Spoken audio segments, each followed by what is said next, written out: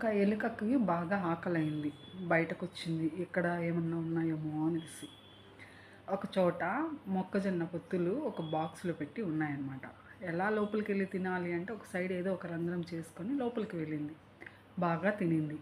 తిన్న తర్వాత దానికి కడుపు నిండింది. కానీ అవన్నీ లోపల బాక్స్‌లో అన్నీ చూసేసరికి ఇంకొంచెం తినాలనిపించి ఇంకా కొంచెం తినేస్తదనమాట. బయటికి రావాలని చూస్తది తినేసి. రాలేకపోతది. సందులో నుంచి చూసి ఎవరన్నా వస్తే అడగాలని చూస్తుందనమాట.